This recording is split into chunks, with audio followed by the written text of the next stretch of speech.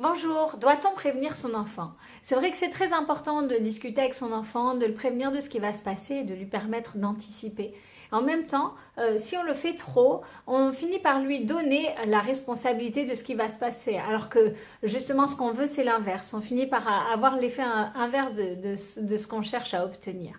Alors, il y a une petite chose qui est bonne à savoir, je trouve, c'est que euh, selon moi, c'est important de prévenir et de parler à son enfant, d'autant plus avant qu'il ait le langage, paradoxalement. Parce que quand on lui explique quelque chose qui va se passer, c'est pas tant le langage, avant que lui-même ait accès au langage qui compte, c'est plutôt l'intention qu'on y met.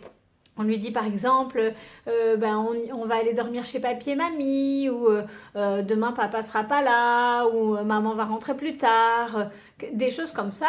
En fait, on lui dit, il ne comprend pas les mots quand il est bébé, et jusqu'à son accès au langage, on va dire jusqu'à environ un an et demi. Mais ce qu'il entend, c'est votre intention. Et du coup, le jour où la chose se passe, vous lui redites, mais tu vois, on est chez papy et mamie, je t'avais dit qu'on irait chez papy et mamie. Il peut, il a dans sa tête, c'est comme s'il a juste ça rappelle cette autre fois où vous aviez eu la même intention, avec un peu le même ton de voix et tout ça. Vous n'avez pas à chercher à le faire, hein. L'enfant le ressent très bien en fait, et du coup, il ressent que c'est quelque chose de ok, de familier dont on lui a parlé. Paradoxalement, une fois que l'enfant a le langage, c'est bien d'en dire le moins possible, de rester succinct et très efficace. C'est pas la peine de dire à l'enfant que dans 3 semaines on va aller chez papy et mamie, parce que de toute façon 3 semaines ça n'a pas de sens pour lui, c'est dans très longtemps, et donc plus vous lui en parlez en avance, plus l'enfant s'attend à quelque chose qui n'arrive toujours pas, et en final on crée du stress au lieu de l'aider à s'y préparer. Donc c'est vraiment, et ça c'est vraiment, il y a seulement vous en tant que parent qui sachiez quand est-ce que c'est bon de le dire à votre enfant. Est-ce que c'est le jour avant? Est-ce que c'est le matin même? Est-ce que c'est 3 jours avant? C'est vraiment vous qui savez le temps qui permettra à votre enfant de l'aider à s'adapter et à assimiler la nouvelle, sans pour autant que ça se transforme en stress et que ça crée de l'angoisse. Et pour trouver ça, il n'y a pas de secret, ça se fait par essai-erreur, c'est-à-dire qu'un jour vous verrez que vous l'aurez prévenu trop tôt et que du coup ça a créé du stress, de l'excitation, c'était ingérable et ça l'a pas du tout aidé. Et une autre fois, vous vous rendrez compte au contraire qu'en le prévenant juste le matin même parce que vous aviez oublié de le prévenir la veille, et ben c'est beaucoup mieux passé que si vous l'aviez prévenu plus en avance.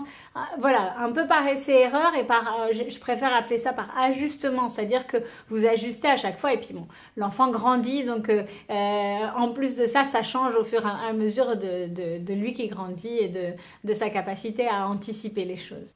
Ce que j'avais envie de partager avec vous dans cette vidéo, c'est que les deux extrêmes, il y a deux situations extrêmes qui signent la même difficulté à l'enfant, c'est-à-dire un manque de sécurité. Alors, d'un côté, on a l'enfant qui a besoin de toujours demander, qui a besoin de savoir exactement est-ce qu'on va à l'école, qu'est-ce qu'on fait après, qu'est-ce qu'on fait avant, qui a besoin que les choses soient faites tout le temps dans le même sens, un peu qui a tendance à avoir besoin de rituels et tout ça. On peut penser, attention pas tout le temps, mais on peut penser que ça signe un manque de sécurité. L'enfant est en manque de sécurité et du coup il cherche cette sécurité par les rituels, les choses qui se répètent et par le fait de contrôler le temps et la façon dont le temps se passe. Et l'autre extrême, l'autre excès, c'est l'enfant qui ne se repère pas du tout, qui à 7 ans confond toujours le matin, le soir, demain ça veut dire dans 3 jours, enfin qui reste toujours dans le va comme ça et qui, un peu comme s'il fuyait cette notion du temps et le fait que les repères du temps se mettent en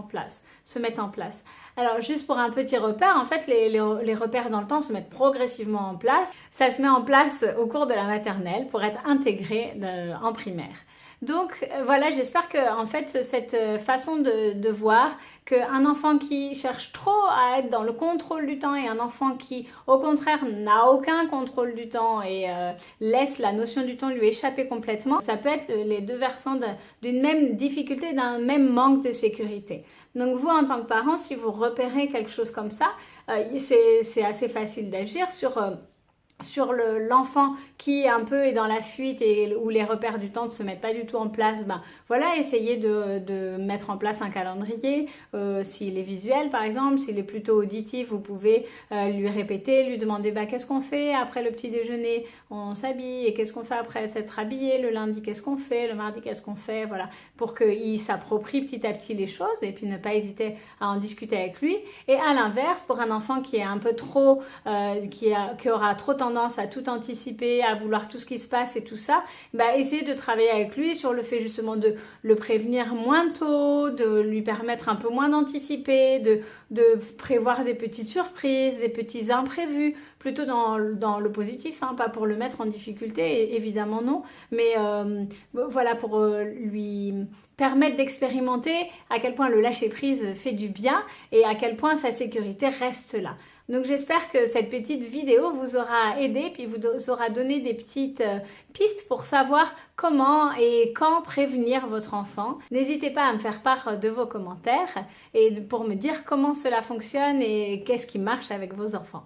À très bientôt, au revoir.